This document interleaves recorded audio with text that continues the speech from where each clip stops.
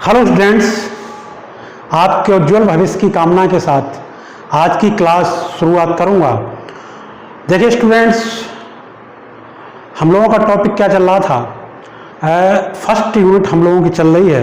पहली यूनिट का नाम क्या है? भौतिक जगत एवं मापन, फिजिकल वर्ल्ड एंड मेजरमेंट। इस यूनिट में हमारा एक चैप्टर जो भौतिक जगत चैप्टर हमारा था, फर्स्ट चैप्टर था, वो कंप्लीट हो गया है। और दूसरे चैप्टर में एक लेक्चर हो गया है जिसमें हम लोगों ने देखा कि भौतिक राशियां क्या हैं, उनके मात्रक क्या होते हैं, भौतिक राशियां कितने प्रकार की होती हैं आदि आदि। आज के वीडियो में हम लोग कुछ भौतिक राशियों का मेजरमेंट, कुछ भौतिक राशियों का मापना सीखेंगे। क्योंकि जो भौतिक विज्ञान है वो किसका विषय है? एक्यूरेट मेजरमेंट का। जो हमारा भौतिकी है, जो भौतिक विज्ञान है, वो एकदम सही माप तौल का विषय है, सही माप तौल का विज्ञान है। तो देखिए आज की क्लास में हम देखते हैं कुछ भौतिक राशियों का मापन किस प्रकार से करते हैं। तो आपने पीछे पढ़ा था कि भौतिक राशियां दो प्रकार की होती हैं, एक मूल भौतिक राशियां और व्युत्पन्न भौतिक राशियां। तो भौतिक राशियों का जब हम मापन करते हैं तो उनकी हर भौतिक राशि के लिए मेजरमेंट की एक मेथड है और उस मेथड के द्वारा उसका मेजरमेंट करते हैं। और किसमें मेजरमेंट करते हैं? उनकी माप किसमें करते हैं? उनकी माप करने के लिए एक पैमाना निर्धारित होता है जिसे उस राशि का मात्रक कहते हैं। तो आज आइए देखिए, देखते हैं लंबाई का मापन, जो हमारी एक मूल भौतिक राशि है, लंबाई। लंबाई का मापन, measurement of length, measurement of length, लंबाई का मापन।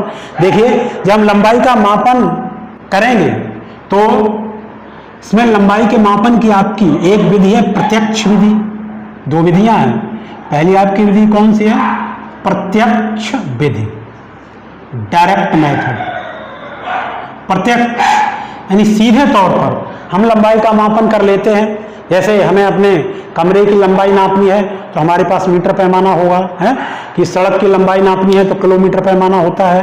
ठीक है, हम लैब में जाएंगे और हमको एक गेंद का व्यास नापना है, यानी गेंद की मोटाई नापनी है तो वर्नियर कैलिपर से नाप लेंगे। किसी तार की मोटाई नापनी है तो हम पेच मापी से नाप लेंगे। ये सब हम सामने प्रत्यक्ष मेथड से हम लंबाई को नाप लेते हैं। लेकिन अगर हमको यहाँ से सूर्य की दूरी नापनी हो, किसी और ग्रह की दूरी नापनी हो, किसी पहाड़ की दूरी नापनी हो, है समुद्र के भीतर कोई चट्टान है या समुद्र के भीतर कोई पनडुब्बी है, वो हमसे कितनी दूरी पर है, उसकी हमको दूरी नापनी, लंबाई नापनी है। हमारे किसी स्टेशन से दुश्मन का जहाज कितनी दूरी पर है, वो दूरी नापनी हो, तो ये सब जो दूरियां हमें नापनी है वो किस विधि से नापी जाएंगी? अप्रत्यक्ष विधि से नापी जाएंगी। उनको नापने का क्या मेथड होगा? अप्रत्यक्ष, अप्रत्यक्ष विधि। ठीक है, इनडायरेक्ट मेथड और डायरेक्ट मेथड। तो ये लंबाई नापने के दो तरीके हैं, प्रत्यक्ष सीधे सीधे, और अप्रत्यक्ष जो हम सीधे तौर पर जो वर्क न कर सकें, जो काम ना कर सकें, वह प्रत्यक्ष होता है। ठीक है, तो अप्रत्यक्ष विधि में ही हम देखिए लंबाई का मापन देखेंगे तो इसमें भी देखिए बहुत बड़ी दूरियों का आज मापन देख रहे हैं। अप्रत्यक्ष विधि में बड़ी दूरियों का मापन या बड़ी लंबाई का मापन, बड़ी दूरी, लंबाई का मापन। ठीक है, मेजरमेंट ऑफ लॉन्ग डिस्टेंस। बड़ी दूरी का मापन किस तरीके से करेंगे? देखिए बड़ी दूरियों को, जैसे कि सूर्य की दूरी नापनी है या किसी ग्रह की दूरी नापनी है, तो इनके मापने के लिए कुछ विधियां हैं। जिसमें एक विधि है आपकी लंबन विधि। कौन सी विधि आपकी है? लंबन विधि। लंबन विधि।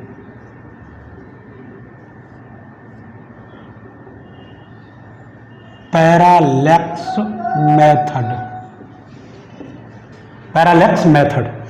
देखिए लंबन क्या होता है आखिर, लंबन जैसे हमारे पास ये देखिए पेन है, इस पेन की नोक को जब हम देख रहे हैं इस आंख से फिर इस आंख से, तो हमको क्या लग रहा है, हमको ऐसा लग रहा है कि इसकी नोक जो है वो चल रही है। जब इस आंख से देखते हैं तो नोक यहाँ पे लग रही है, इससे देखते इधर उधर, ऐसा लग रहा है कि नोक जो है वो जब हम इस आंख से या इस आंख से देखते हैं तो हमको नोक का चलना प्रतीत होता है, जबकि वास्तव में ऐसा नहीं होता है। ठीक है, तो हम क्या इसमें देख रहे हैं, हम ये देख रहे हैं कि प्रेक्षण बिंदु, प्रेक्षण हमारी आंख, पहले ये प्रेक्षण बिंदु था, अब ये प्रेक्षण बिंदु हो गया, तो प्रेक्षण बिंदु की स्थिति में अगर हम परिवर्तन करें तो किसी वस्तु की स्थिति में होने वाले आभासी परिवर्तन को, क्योंकि वस्तु की स्थिति में परिवर्तन होता नहीं है लेकिन हमको आभास होता है, तो वस्तु की स्थिति में होने वाले आभासी परिवर्तन को क्या कहते हैं, लंबन कहते हैं। समझ गए? एक बार फिर सुनिए कि प्रेक्षण बिंदु की स्थिति में होने वाले परिवर्तन से किसी वस्तु की स्थिति में होने वाला आभासी परिवर्तन लंबन कहलाता है। ठीक है, तो लंबन विधि से आपसे पेपर पूछा जाए कि लंबन विधि से किसका मापन करोगे, या ये पेपर में सूर्य पृथ्वी से सूर्य की दूरी का मापन किस विधि से करेंगे, तो आप बताएं लंबन विधि से मापन करेंगे। देखिए पृथ्वी से सूर्य की दूरी अगर हमें नापनी है तो आप कहोगे नहीं साहब ऐसे ही नाप सकते हैं कि हम एक पैमाना लें और पैमाने का एक छोर पृथ्वी पर पकड़ाएं और दूसरा छोर पैमाने का लेकर के जाएं, किसी यान से जेट से कहाँ तक ले जाएं, सूर्य तक ले जाएं, तो वो नप जाएगी। लेकिन ये हमारा जो मेथड है वो कैसा अव्यवहारिक होगा, ऐसा संभव नहीं है। तो लंबन विधि से सूर्य की दूरी किसी और पृथ्वी से जो बहुत अधिक ग्रह दूर होते हैं उनकी दूरी का मापन करते हैं, लेकिन इसकी एक सीमा होती है, 100 प्रकाश वर्ष तक दूर अगर होगा कोई तारा तो उसकी दूरी का मापन कर लेंगे। ठीक है, तो लंबन आप समझ गए। अब देखिए लंबन विधि से किस तरीके से किसी तारे का मापन करेंगे। लंबन विधि में पृथ्वी से सूर्य की दूरी का मापन करना है, जिसके लिए हम क्या करेंगे कि पृथ्वी पर स्थित किसी बिंदु, जैसे ये बिंदु ए है, यहां से दूरदर्शी की सहायता से सूर्य को देखेंगे और सूर्य का स्पष्ट प्रतिबिंब बनाएंगे। ये हमने यहां से क्या किया, इस पॉइंट से दूरदर्शी से सूर्य को देखा। ठीक है, इसके बाद फिर क्या करेंगे, देखिए कि पृथ्वी पर ही कोई दूसरा बिंदु जिससे काफी दूर होगा उससे इस सूर्य को या और कोई ग्रह उसको देखेंगे, स्पष्ट प्रतिबिंब बनाएंगे, किसकी सहायता से, दूरदर्शी की सहायता से। ठीक है, ये दूसरा पॉइंट बी था। इन दोनों बिंदुओं के बीच की दूरी हमने डी मान ली। कितनी मान ली, डी मान ली। इन बिंदुओं को आधारक बिंदु कहते हैं और इनके बीच की दूरी आधारक दूरी कहते हैं। ठीक, यहां से जो ये तारा इसकी दूरी है एस या एस, ठीक है, मान ली। अब आप देखिए इसकी सहायता से इन बिंदुओं से यहां पर क्या देखते हैं हम लोग, यहां पर जो हमारा ऑब्जेक्ट है, जो हमारा जिसको हमें पृथ्वी से जिसकी दूरी नापनी है, उस पर ये कोण नाप लेते हैं, कोण थीटा, किसकी सहायता से, दूरदर्शी की सहायता से। ठीक है, तो आप देखिए ये कोण हो गया और ये यहाँ पर ये कोण क्या करेगा, ऐसे इस तरीके से अगर हम लोग देखेंगे तो ये चाप हो जाएगा ऐसा पूरा है। तो आप फार्मूला लगाएंगे, सूत्र लगाएंगे, कोण बराबर क्या होता है, चाप बटे त्रिज्या। ठीक, अभी ये कोण अगर छोटा हो, कोण छोटा कैसे होगा, तारे की दूरी बहुत अधिक है तो कोण छोटा हो जाएगा। तो अगर कोण छोटा हो जाएगा उस स्थिति में ये आपका जो चाप है वो इस जीवा के बराबर हो जाएगा, ये पूरा वृत्त बन जाएगा। ठीक, तो ये जो आपका ये क्या है, ये आपका चाप, ये क्या है, जीवा। उस स्थिति में ये चाप है वो जीवा के बराबर हो जाएगा। तो ये कोण था थीटा और आपका चाप, ये देखिए ये चाप कितना है, ए बी, और त्रिज्या ये कितनी है, ए ओ। ठीक है, तो थीटा बराबर आपका कितना हो जाएगा, ए बी मीन्स डी और ओ ए मीन्स थीटा, सॉरी ओ ए, यहां से यहां तक की दूरी कितनी हमने मानी, एस, तो एस बराबर डी अपॉन थीटा। ये आपका एक फार्मूला आ गया। इस फार्मूले की सहायता से हम किसी तारे की जो पृथ्वी से बहुत अधिक दूर होता है उसकी दूरी ज्ञात कर लेते हैं, डी। ये पृथ्वी पर स्थित दो बिंदु, इनकी दूरी हम नाप लेंगे। ठीक है। और ये थीटा कोण, इसको मेजरमेंट कर लें, इसको भी नाप लेंगे। यहाँ पे ये थोड़ी कि ये थीटा कोण नापने थोड़ी प्रॉब्लम होती है। इसके लिए क्या करते हैं, देखिए दूरदर्शी की सहायता से इसके समांतर में या दूरदर्शी से हम एकदम से परपेंडिकुलर डायरेक्शन में इस तरीके से यहाँ से ऐसे देखेंगे और ये कोण जो है, देखिए दूरदर्शी की सहायता से हमने किसी तारे को ऐसे इस तरीके से देखा, ठीक। उसके बाद ये वाली लाइन, ये लाइन है, ये झुकाव उस था और इसी की दूरदर्शी की सहायता से हमने बिल्कुल इस दूरदर्शी को की सहायता से परपेंडिकुलर डायरेक्शन में देखा। तो ये जो एंगल बनेगा, ये एंगल हम नाप लेंगे। तो ये एंगल अगर θ1 है, इस तरीके से ये एंगल θ2 है। अब देखिए यहाँ θ बराबर क्या हो जाएगा, ये आपका θ इक्वल हो जाएगा θ1 प्लस θ2, ठीक है। इस तरीके से हमारा कोण θ निकल आएगा, ठीक। ये इस विधि से, आपकी जो लंबन विधि है, इस फार्मूले की सहायता से हम किसी दूरस्थ ग्रह की दूरी नाप लेंगे। इस पर आपके न्यूमेरिकल भी इस सूत्र पे आधारित होंगे। हम आपको न्यूमेरिकल आपके ग्रुप में भेजेंगे तो आप सॉल्व करेंगे। न्यूमेरिकल्स में आपको कभी कभी क्या दिया होगा, आपको ये जो आधारक बिंदु इनके बीच की दूरी दी हुई, कोण दिया होगा और ये दूरी पूछी गई, कभी कभी दूरी दी हुई होगी आपको और आधारक दूरी दी हुई होगी, थीटा पूछा जाएगा। इस तरीके से आप प्रॉपर मात्रक में रख करके इनको सॉल्व करें। प्रॉपर मात्रक ये कि अगर एस हमारा मीटर में है तो डीवी मीटर में होना चाहिए, या एस किलोमीटर में है तो डीवी किलोमीटर में होना चाहिए। और थीटा जो कोण है, एसआई पद्धति में थीटा का जो कोण होता है उसका मात्रक क्या हमने बताया, रेडियन। तो थीटा को हम अगर अंश में दिया है, मिनट में दिया है, या अंश में दिया है, या मिनट में दिया है, या सेकंड में दिया है, उसको आप रेडियन में चेंज करेंगे। किस तरीके रेडियन में चेंज करेंगे, चेंज करना भी आपको बताएंगे। तो ठीक है, बड़ी दूरी नापने की एक विधि है, आपको समझ में आई होगी, लंबन विधि, ठीक है। इसके बाद देखिए, देख लीजिए आप लंबन विधि, आप फार्मूला याद करेंगे, S equal D upon theta, ठीक है। एस दूरी हो गई और थीटा उस ग्रह पर दूरदर्शी द्वारा बना कोण हो गया और डी पृथ्वी पर स्थित दो बिंदुओं के बीच की दूरी हो गई आपकी। तो ये आपका कौन सी आपकी विधि हो गई, लंबन विधि हो गई। बहुत अधिक दूरी नापने की इनका इनडायरेक्ट मेथड ये लंबन विधि, ठीक है। इसके बाद देखिए दूसरी और भी हमारी क्या विधि है, नंबर 2, प्रतिध्वनि विधि, इको मेथड। प्रतिध्वनि आप लोग जानते हैं, प्रतिध्वनि क्या होती है, जब हम बोलते हैं तो ऐसी ही कुछ समय अंतराल बाद हमें ऐसी ध्वनि का सुनाई देना, ध्वनि का पुनरुत्पादन। जब हम बोलते हैं तो ध्वनि के किसी लक्ष्य से टकराकर, एक तो हमको मूल ध्वनि सुनाई पड़ेगी, दूसरी ध्वनि के किसी लक्ष्य से टकरा करके हम जो ध्वनि है वो किसी लक्ष्य से टकरा करके जो ध्वनि हमको सुनाई पड़ती है वो और मूल ध्वनि दोनों में हमको कुछ डिफरेंस लगता है, कुछ अंतर से सुनाई पड़ती है। तो यही अंतर ध्वनि में क्या कहलाता है, प्रतिध्वनि, ठीक। जब हम बोलते हैं, आपने देखा पहाड़ के किनारे अगर हम बोलें तो हमको ये लगता है कि पहाड़ी की तरफ से भी जब हम बोलें बहुत तेज से चिल्लाएं तो हमको क्या लगेगा कि पहाड़ की तरफ से भी कोई चिल्ला रहा है, या हम कुएं के पास बहुत तेज से चिल्लाएं तो हमको क्या लगता है कुएं के अंदर से भी कोई आवाज आ रही है, ठीक है। तो प्रतिध्वनि सुनने के लिए जो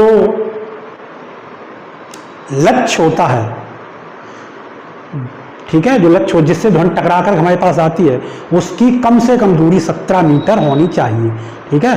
क्योंकि प्रतिध्वनि कब सुनाई पड़ेगी, जैसे हम यहाँ पर हैं, एक ध्वनि हमको डायरेक्ट सुनाई पड़ी, अगर हमारा रूम बहुत छोटा है तो दीवारों से टकरा कर के ध्वनि आई वो और सीधी सीधी ध्वनि सुनाई हमको पड़ रही वो, दोनों के बीच में कोई अंतर नहीं होता है, इसलिए हमको प्रतिध्वनि सुनाई नहीं पड़ती है।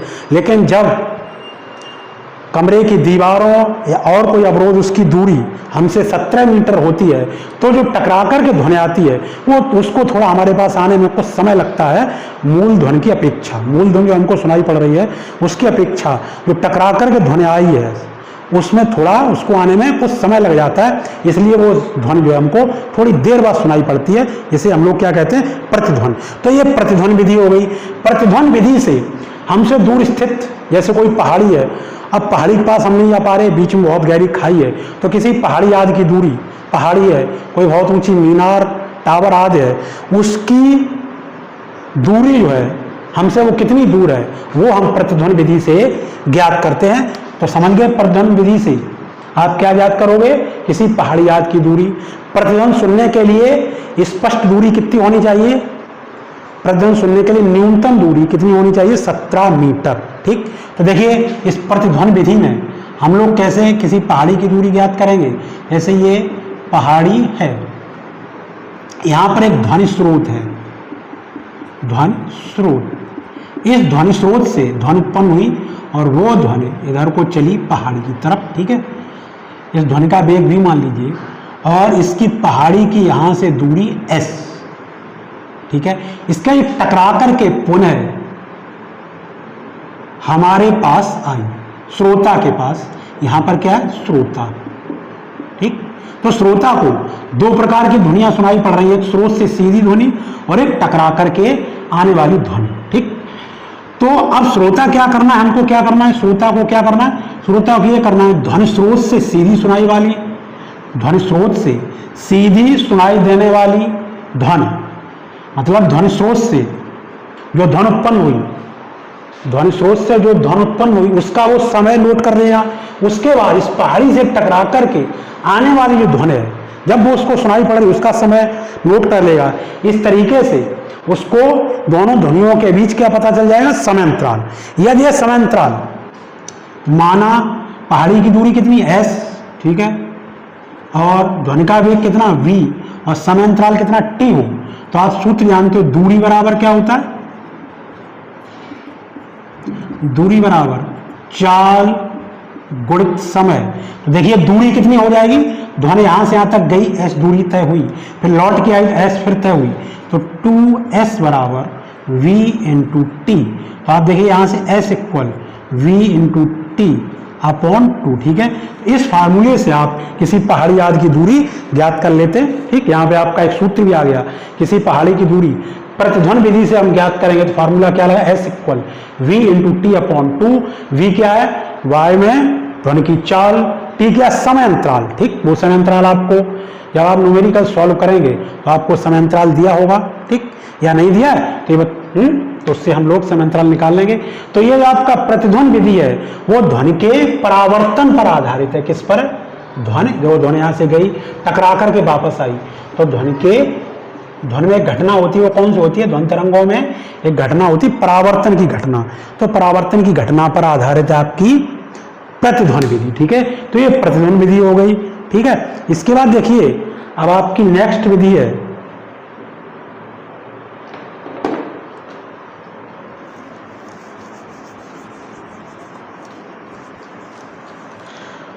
लेसर विधि। नंबर 3 आपकी विधि कौन सी है, लेसर विधि।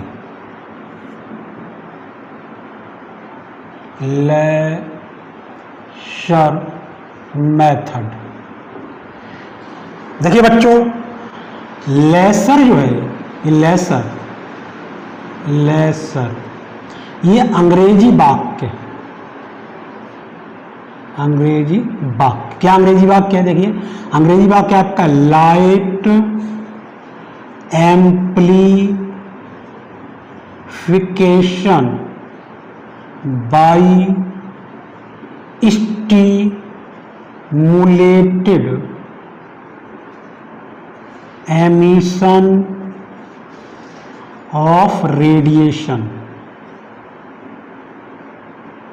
का संक्षिप्त रूप है। ये शॉर्ट फॉर्म है किसकी, ये लेसर है, वो light amplification by stimulated emission of radiation की शॉर्ट फॉर्म है। ठीक है, जिसको हिंदी में कहते हैं विकिरण के उद्दीपन उत्सर्जन द्वारा प्रकाश का प्रवर्धन। हिंदी में क्या कहते हैं, विकिरण के उद्दीपन उत्सर्जन द्वारा प्रकाश का प्रवर्धन। ठीक है, तो लेसर क्या होता है, देखिए लेसर जो है वो एक वर्ण, लेसर आपने देखा कि बाजार से बच्चे लाते खेल के लेसर लाइट लाते हैं, उसको जलाते तो उसकी लाइट बहुत दूर तक चली जाती है। तो लेसर आप आखिर क्या होता है, एक वाणी जो प्रकाश किरण होती है उनमें एक ही वाणी मीन्स एक ही रंग का प्रकाश होता है और वो किरणें समांतर होती हैं। जब एक ही वाणी प्रकाश होगा समांतर वो किरणें होंगी और तीव्र प्रकाश पुंज होता है। लेसर जो है एक वाणी समांतर तीव्र प्रकाश किरणों का पुंज होता है, ठीक है। तो ऐसे पुंज में बहुत अधिक क्या हो जाती है, ऊर्जा हो जाती है, ठीक। तो इस लेसर विधि से भी हम बहुत अधिक दूरी पर कोई वस्तु है, जैसे कि आपका हमें यहाँ से चंद्रमा की दूरी पता करनी है या यहाँ से किसी वायुयान की दूरी पता करनी है तो लेसर विधि से पता कर लेंगे। लेसर क्या होता है, प्रकाश तरंगें, प्रकाश तरंगों का एक पुंज होता है जो कि एक बड़ी प्रकाश तरंगें होती हैं, तो इसलिए उनमें बहुत अधिक ऊर्जा होती है। तो लेसर विधि की सेम टू सेम ऐसी है कि लेसर विधि में देखिए क्या है कि किसी स्रोत से चलने वाली प्रकाशिक किरणें यहाँ से चली और किसी ऑब्जेक्ट, मान लीजिए चंद्रमा है या कोई वायुयान है, इससे टकराई, ठीक है। तो टकराने के बाद पुनः ये हमारे पास आ गई, ठीक है। तो ये दूरी अगर यहाँ से यहाँ तक की दूरी कितनी मान लें, s मान लें, और जो आपकी लेसर किरणें हैं, जो लेसर पुंज है उसका जो वेग होता है वो हम c मान लें। कितना वेग है, c। जो प्रकाश की वायु में चाल होती है, प्रकाश की चाल को c से व्यक्त किया जाता है, तो c हो गई। तो देखिए अब हमें क्या नोट करना है, इन्हें जब ये भेजी नहीं थी प्रेक्षण और अभिग्रहण का समय अंतराल नोट कर लेंगे, कब प्रेक्षित की गई थी और कब ग्रहण की गई थी वो समय अंतराल नोट कर लेंगे। तो अगर वो समय अंतराल t हो, ठीक, तो पुनः पुनः आप देखिए यहाँ से यहाँ तक ये किरणें गई फिर वापस आई, तो कुल समय कुल दूरी कितनी, 2s बराबर, दूरी बराबर क्या होता है, चाल इंटू समय। तो s बराबर आपका फॉर्मूला क्या लगेगा, c इंटू टी अपॉन 2, ठीक। इस तरीके से इस विधि से हम लोग चंद्रमा किसी वायुयान की दूरी आदि का पता लगा लेंगे। और आपका जो लेसर विधि है वो भी किस पे आधारित है बताइए, तरंगों के परावर्तन की घटना पर आधारित है, ठीक। लेसर विधि हो गई। पेपर में आपसे पूछा जाए कि चंद्रमा की दूरी किससे ज्ञात करोगे, किस विधि से ज्ञात करोगे, तो आप बताओ लेसर विधि से, ठीक है। ये हो गई आपकी। नेक्स्ट देखिए, नेक्स्ट आपकी है सोनार विधि।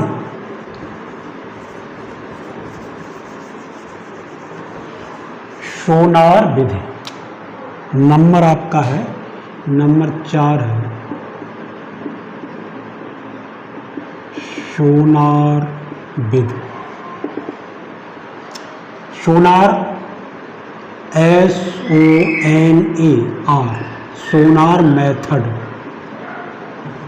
देखिए यहां पर भी देखिए आप कि जो सोनार होता है, सोनार, यह भी अंग्रेजी वाक्य sound navigation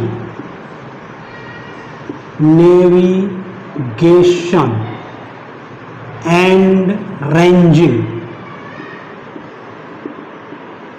sound navigation and ranging का संक्षिप्त रूप होता है। इस विधि का उपयोग हम समुद्र के भीतर, जैसे कोई बर्फ की शिला हो, कोई चट्टान हो, या समुद्र के भीतर कोई पनडुब्बी हो, कोई जहाज आदि हो समुद्र के भीतर, या अन्य कोई वस्तु समुद्र के भीतर होती है, तो इस विधि की सहायता से हम उसकी दूरी पता करते हैं कि उस समुद्र के तल से समुद्र के भीतर कितनी दूरी पर वो वस्तु है, ठीक है। तो ये जो आपकी सोनार विधि में, इसमें समुद्र के तल से पराश्रव्य तरंगें, कौन सी तरंगें, पराश्रव्य तरंगें। आपने तरंगें पढ़ी, 3 प्रकार की होती हैं, अपश्रव्य, श्रव्य और पराश्रव्य। पराश्रव्य तरंगें वो होती हैं जिनकी फ्रिक्वेंसी 20,000 हर्ट्ज से अधिक होती है।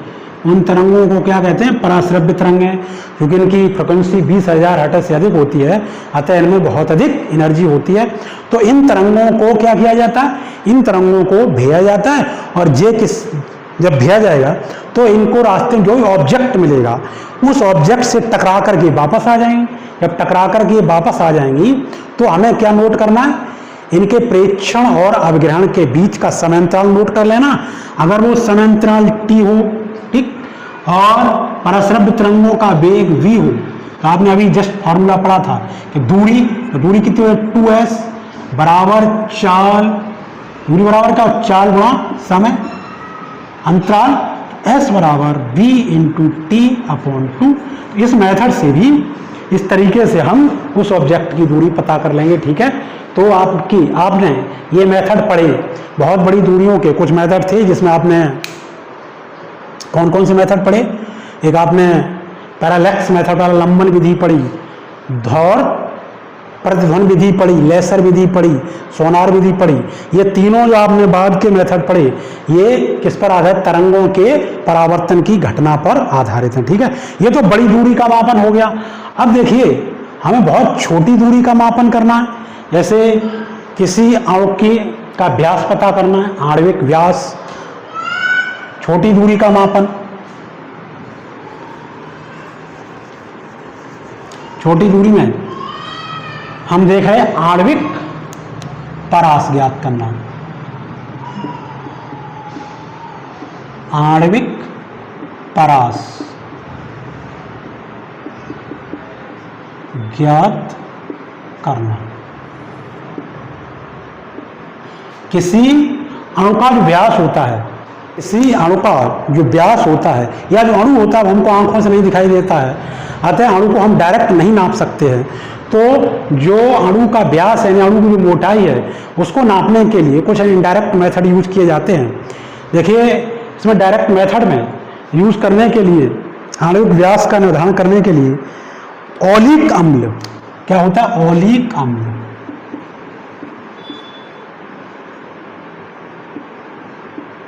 जो कि एक साबुनी घोल होता है। इस ओलिक अम्ल और एल्कोहल, किसको किसको लेते हैं हम लोग, ओलिक अम्ल और एल्कोहल को लेते हैं। क्या करते हैं, ओलिक अम्ल का 1 भाग तो एल्कोहल का कितना लेते हैं, 20 भाग। ये मिश्रण तैयार करेंगे। फिर इस मिश्रण, जो ये हमारा मिश्रण इस तरीके से ये मिश्रण बनेगा, इस मिश्रण से पुनः पुनः क्या करेंगे कि मिश्रण का कितना लेंगे, 1 भाग, और एल्कोहल का फिर कितना लेंगे, 20 भाग, ठीक। फिर हमारे पास फिर इस तरीके से ये जो मिश्रण मिलेगा ओलिक अम्ल और एल्कोहल का, ये जो मिश्रण मिलता है, इस मिश्रण की एक बूंद को लेकर के क्या करते हैं, जल के ऊपर लाइकोपोडियम, जल के ऊपर क्या करते हैं, लाइकोपोडियम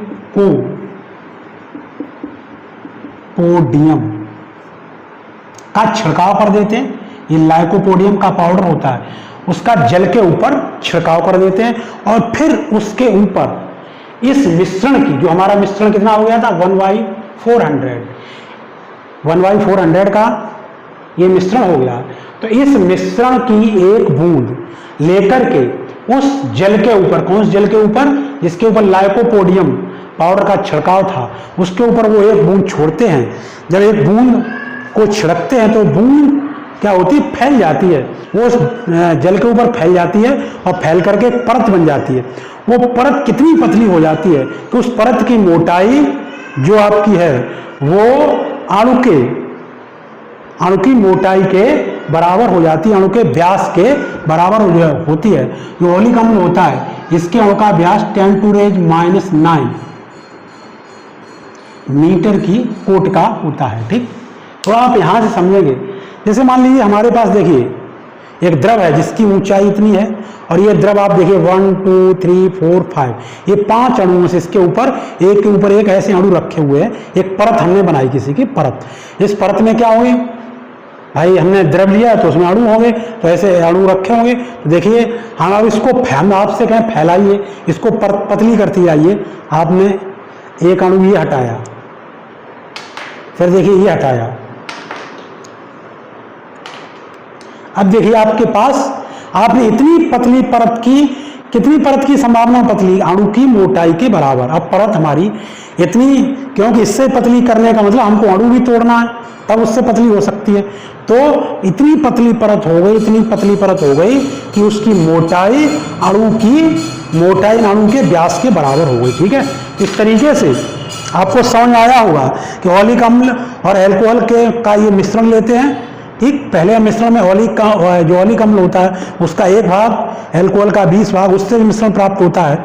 उस मिश्रण का एक भाग और पुनः एल्कोहल के 20 भाग मिलाकर के एक मिश्रण मिलता है। उस मिश्रण के एक बूंद को क्या करते हैं, उस मिश्रण की एक बूंद को जल के ऊपर लाइकोपोडियम पाउडर छिड़क करके एक बूंद को डालते हैं तो बूंद इतनी पतली फैल जाती है, वो जो बूंद है उसकी इतनी पतली परत बन जाती है कि उसकी मोटाई, परत की मोटाई अणु की मोटाई के बराबर हो जाती है। ठीक है, तो किस तरीके से हम लोग कैलकुलेट कर लेंगे।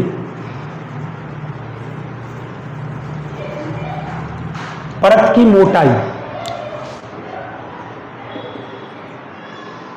परत की मोटाई, आपकी परत की मोटाई किसके बराबर हो जाएगी, ये जो परत की मोटाई है वो हो जाएगी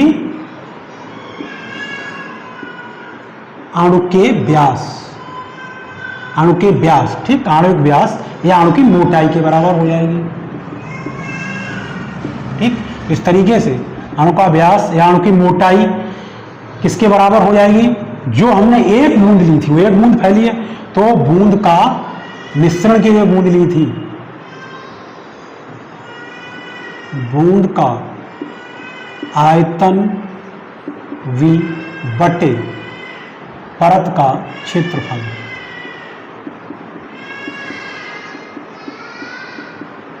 A।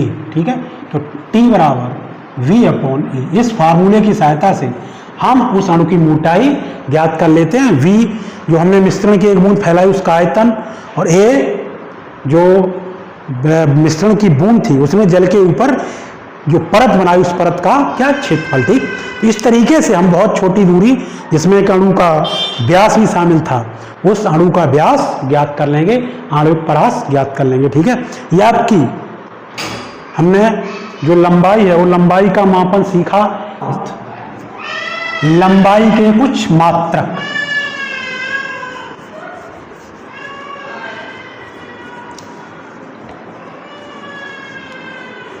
अब हम लोग देखेंगे लंबाई के मात्रक, यानी लंबाई, हमारी लंबाई के मात्रक। ठीक, नंबर एक तो हम देखेंगे पहले छोटे मात्रक।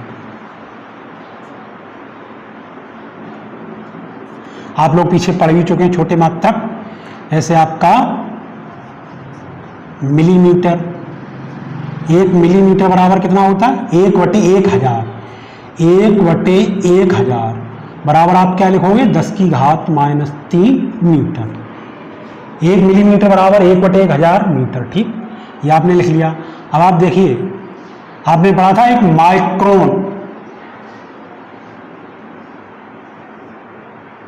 माइक्रोन, माइक्रोन बराबर कितना होता है, 10 की घात -6 मीटर। इस माइक्रोन से हम क्या नापते हैं, माइक्रोन से जीवाणु विषाणु आदि की लंबाई नापते हैं। तो ये माइक्रोन हो गया। उसके बाद देखिए आपका, आपने एंगस्ट्रॉम,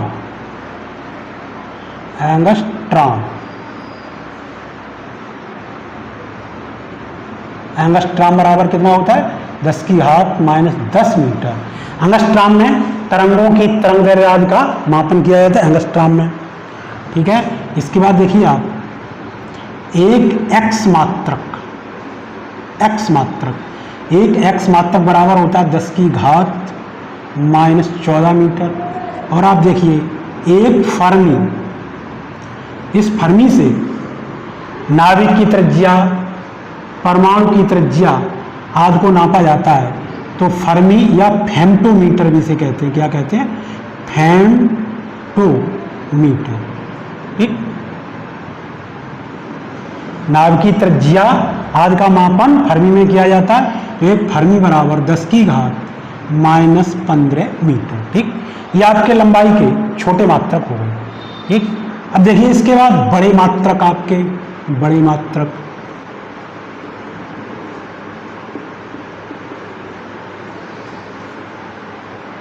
बड़े मात्रक में आपने कुछ पढ़े हुए हैं, किलोमीटर, हमने क्या पढ़ा था, 1 किलोमीटर बराबर कितना होता है, 1000 मीटर। ठीक, अब देखिए इसमें जो बड़े मात्रक हैं, और तो बड़े मात्रक आप 10th क्लास में पढ़ भी चुके, वैसे तो ये सभी पढ़ चुके हैं, एक बार फिर पुनः मैं रिवाइज करा दे रहा हूँ। अब एक बड़ा मात्रक होता है आपका खगोलीय मात्रक, खगोलीय मात्रक, एस्ट्रोनॉमिकल यूनिट्स, एयू जिसे कहते हैं, खगोलीय मात्रक। तो खगोलीय मात्रक क्या होता है? सूर्य और पृथ्वी के बीच की औसत दूरी को क्या कहते हैं? खगोलीय मात्रक। ठीक, जैसे आपसे पूछा है खगोलीय मात्रक क्या है, तो आप बताएंगे यह है दूरी नापने का बड़ा मात्रक है। और खगोलीय मात्रक को परिभाषा पूछी जाए तो आप क्या बताओगे? सूर्य व पृथ्वी के बीच की औसत दूरी को खगोलीय मात्रक कहते हैं, एयू। तो देखिए यहां से एक एयू, एक खगोलीय मात्रक यानी एक एयू बराबर कितना होता है? 1.496 इंटू 10⁻11 मीटर। ठीक है। दूसरा आपका इसका और मात्रक होता है प्रकाश वर्ष, प्रकाश वर्ष, लाइट ईयर। अब ये पूछा जाए आपसे कि प्रकाश वर्ष क्या है, वैसे वर्ष से तो ऐसा लग रहा है कि जैसे समय का मात्रक है, लेकिन प्रकाश वर्ष क्या होता था? आप क्या बताओगे? कि प्रकाश वर्ष लंबाई या दूरी का बड़ा मात्रक होता है।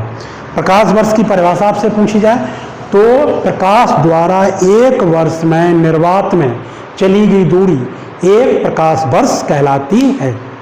क्या होता है प्रकाश वर्ष? प्रकाश द्वारा निर्वात में एक वर्ष में चली गई दूरी एक प्रकाश वर्ष कहलाती है। तो एक प्रकाश वर्ष यानी लाइट ईयर, LY इक्वल कितना होता है? ये होता है 9.46 इंटू 10⁻15 मीटर। ठीक। अब आपका इसके बाद अगला मात्रक आता है पारसेक। क्या आता है? पारसेक, जिसे हम लोग पैरालैक्टिक सेकंड भी कहते हैं। क्या कहते हैं?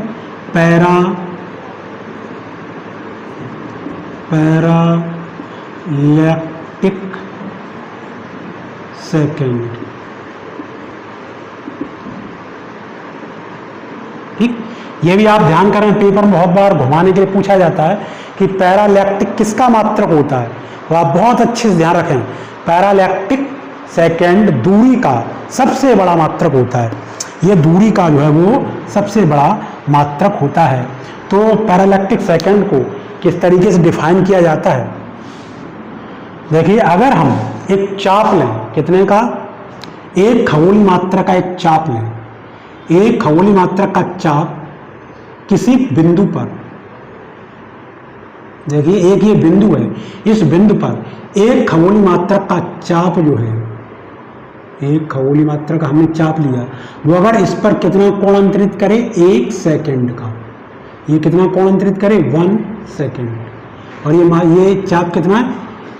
एक खगोलीय मात्रक। ठीक, तो एक खगोलीय मात्रक का चाप अगर किसी बिंदु पर 1 सेकंड का कोण अंतरित करता है, तब उस बिंदु की दूरी, ये जो यहाँ से यहाँ तक की दूरी है, वो कितनी होती है? ये आपकी दूरी 1 पारसेक। कितनी होती है?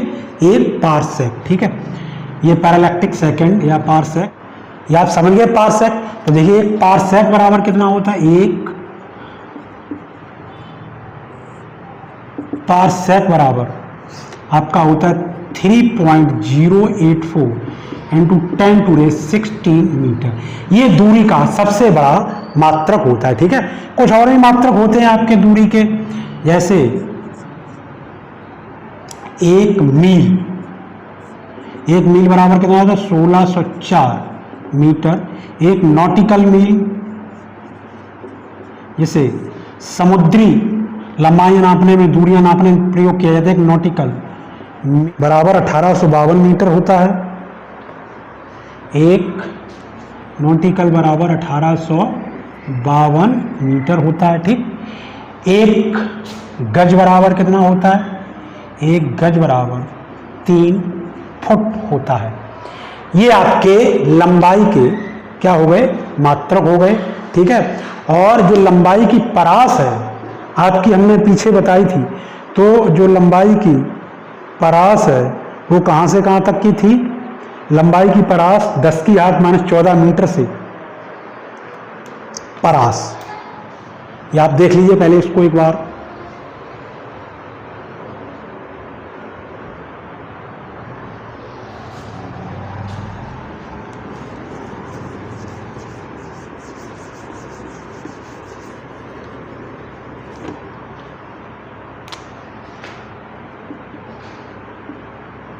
लंबाई की परास मीन्स हमारी जो फिजिक्स है वो लंबाई का मापन उसने कहाँ से कहाँ तक कर लिया है।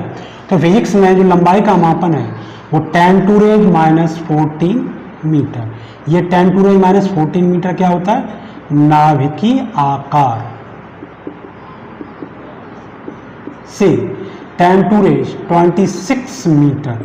ये 10⁻26 क्या होता है? विश्व का आकार, ब्रह्मांड, जिसे हम लोग ब्रह्मांड भी कहेंगे, विश्व का आकार।